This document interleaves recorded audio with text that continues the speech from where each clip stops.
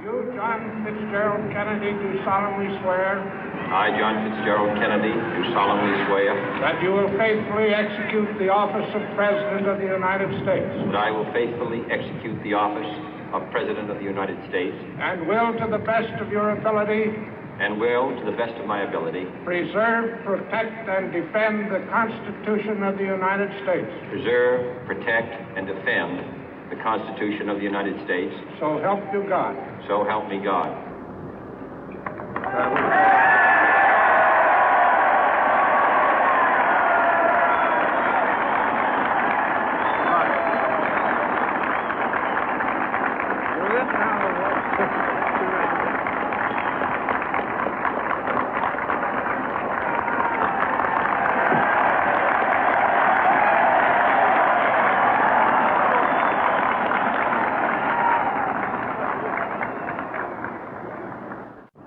Vice President Johnson, Mr. Speaker, Mr. Chief Justice, President Eisenhower, Vice President Nixon, President Truman, Reverend clergy, fellow citizens.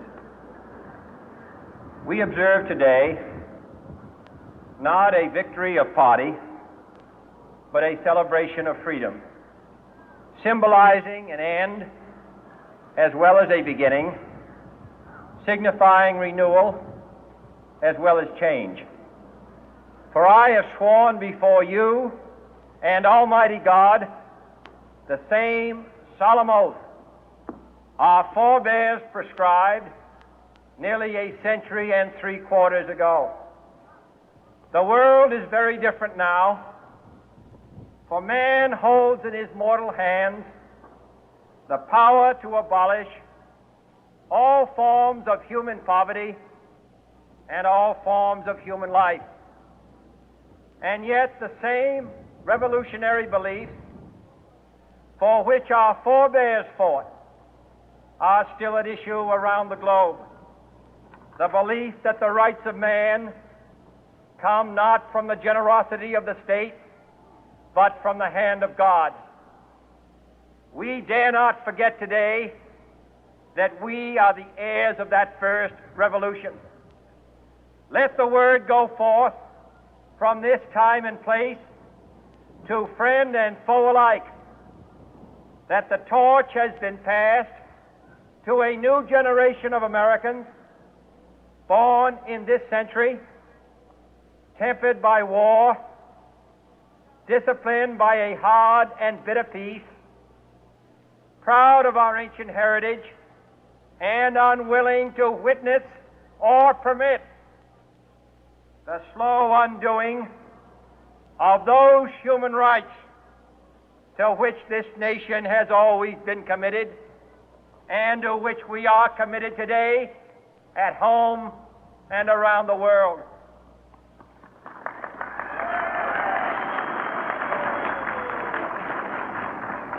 Let every nation know, whether it wishes us well or ill, that we shall pay any price, bear any burden, meet any hardship, support any friend, oppose any foe to assure the survival and the success of liberty.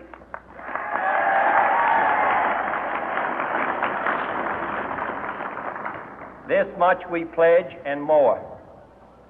To those old allies whose cultural and spiritual origins we share, we pledge the loyalty of faithful friends.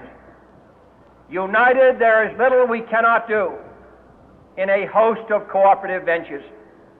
Divided, there is little we can do, for we dare not meet a powerful challenge at odds and split asunder. To those new states whom we welcome to the ranks of the free, we pledge our word that one form of colonial control shall not have passed away, merely to be replaced by a far more iron tyranny. We shall not always expect to find them supporting our view, but we shall always hope to find them strongly supporting their own freedom, and to remember that in the past, those who foolishly sought power by riding the back of the tiger ended up inside.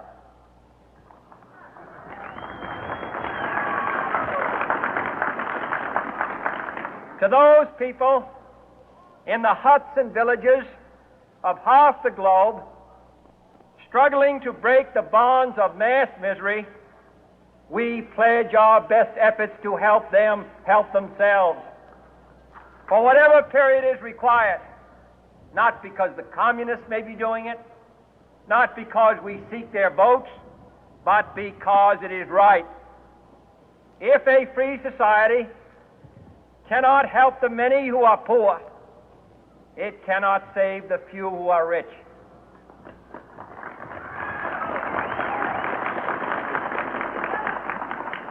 To our sister republics south of our border, we offer a special pledge to convert our good words into good deeds, in a new alliance for progress, to assist free men and free governments in casting off the chains of poverty.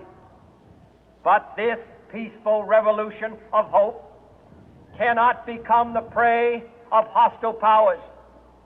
Let all our neighbors know that we shall join with them to oppose aggression or subversion anywhere in the Americas. And let every other power know that this hemisphere intends to remain the master of its own house.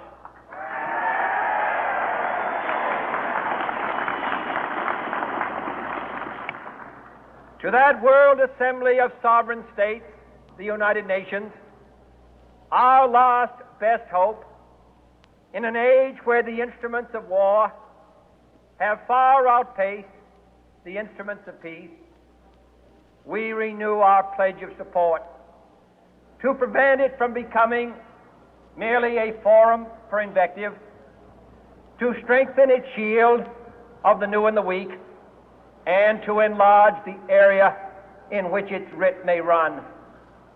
Finally, to those nations who would make themselves our adversary, we offer not a pledge, but a request that both sides begin anew the quest for peace. Before the dark powers of destruction, unleashed by science, engulf all humanity in planned or accidental self-destruction, we dare not tempt them with weakness, for only when our arms are sufficient beyond doubt can we be certain beyond doubt that they will never be employed. But neither can two great and powerful groups of nations take comfort from our present course, both sides overburdened by the cost of modern weapons, both rightly alarmed by the steady spread of the deadly atom, yet both racing to alter that uncertain balance of terror that stays the hand of mankind's final war. So let us begin anew, remembering on both sides that civility is not a sign of weakness, and sincerity is always subject to proof. Let us never negotiate out of fear, but let us never fear to negotiate.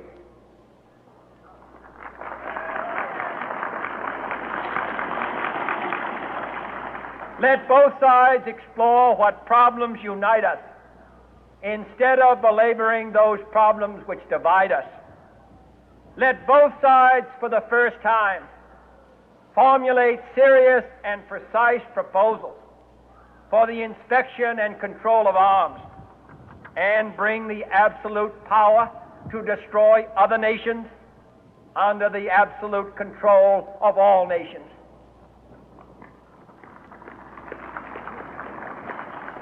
Let both sides seek to invoke the wonders of science instead of its terrors. Together, let us explore the stars, conquer the deserts, eradicate disease, tap the ocean depth, and encourage the arts and commerce. Let both sides unite to heed in all corners of the earth the command of Isaiah to undo the heavy burden and let the oppressed go free. And if a beachhead of cooperation may push back the jungle of suspicion, let both sides join in creating a new endeavor, not a new balance of power, but a new world of law, where the strong are just and the weak secure and the peace preserved.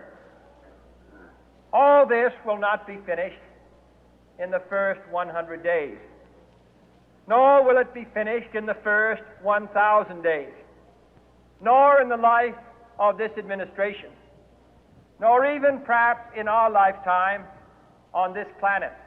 But let us begin.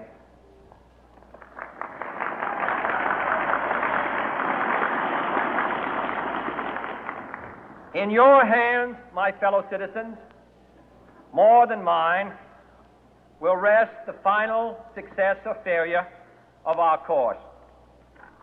Since this country was founded, each generation of Americans has been summoned to give testimony to its national loyalty.